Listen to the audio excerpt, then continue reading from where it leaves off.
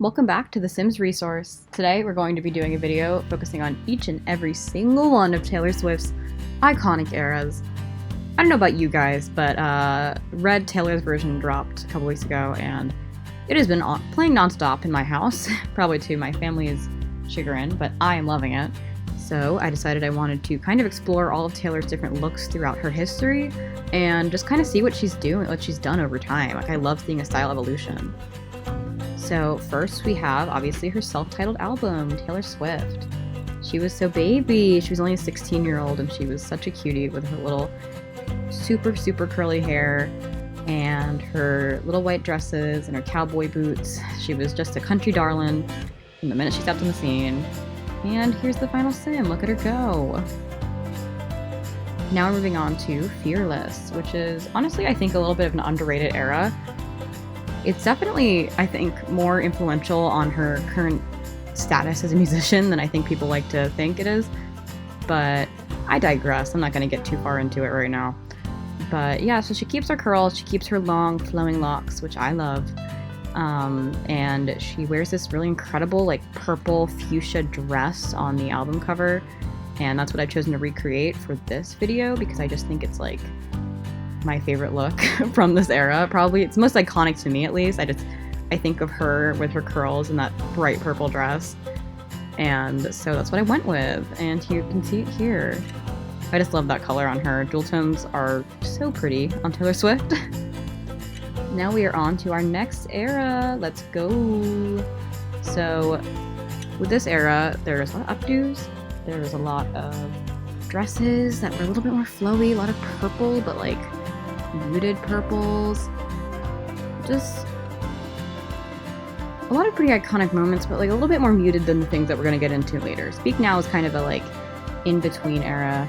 She was definitely progressing. She was morphing into what she would become later down the line. I think it reminds me a lot of Lover, honestly, as an album. Like, she's skewing more towards what she would be later on, and aren't we always? Kind of always evolving towards our future selves. And it's just fun to see that in Taylor's style. So here she is. Speak Now, Taylor. Okay, now we're on to Red Taylor.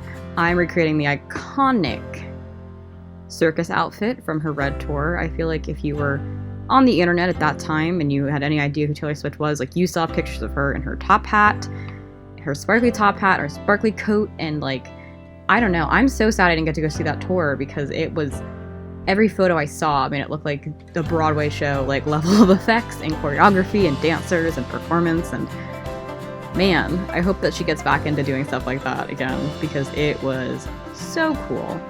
And so here is Circus Taylor. God, what an icon. Okay, now we're on to 1989. Probably the first album that I listened to, like, all the way through in one sitting, which is pretty funny now that I think about it. I'm recreating her look from the Bad Blood music video because, say what you want about that video, it's iconic.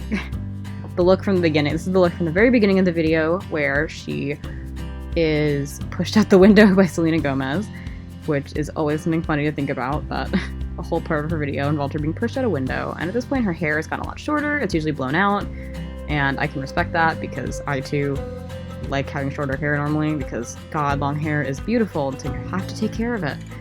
So I love this look. I love this whole aesthetic. 1989 is honestly one of my favorite albums of hers, and I think that people like love Red so much now in hindsight, but 1989 also had its moments. Like, come on now. She was the moment. Now, come on now. Alright, time for Rep, baby. I love Reputation. I mean, I don't love it. Let's not get crazy. I love what Reputation means, like, symbolically. I don't think it's her strongest album by any means, but I do think that it is a really interesting era and a really interesting take on Taylor Swift by Taylor Swift, which I think is super interesting. And this is a look that I'm recreating from the Look What You Made Me Do video. She's in, like, a little leotard, a black leotard, and she's surrounded by dancers in the scene. Her hair is kind of curly and, like, blown out and zhuzhed. So I really wanted to recreate a look from that video because that's always what I think of when I think of the Reputation era, because it, like, broke the internet when it dropped. And here she is. The old Taylor can't come to the phone because she's dead. And here we are, onto Lover. Another one, honestly, I love Lover. At first, when Folklore came out, I was not sure if I liked it more than Lover, which is, I know, like, blasphemy among the Swifties, but let me tell you, I just love this album so much. I actually had a little bit of trouble finding exactly what I wanted to suit this era, because it's a lot of just, like, very soft pastels, and just dreamy sunsets, and, like, just, I think of, like, cotton candy. Like, everything's very soft and muted, but, like, beautiful, you know? Like, that's what Lover is to me. And so I went with this really pretty, like, coral gown with just a pulled back hairdo with some loose, wispy pieces hanging down. And I think it really suits the era of Lover, which is one of my favorite albums of hers, I'm not gonna lie.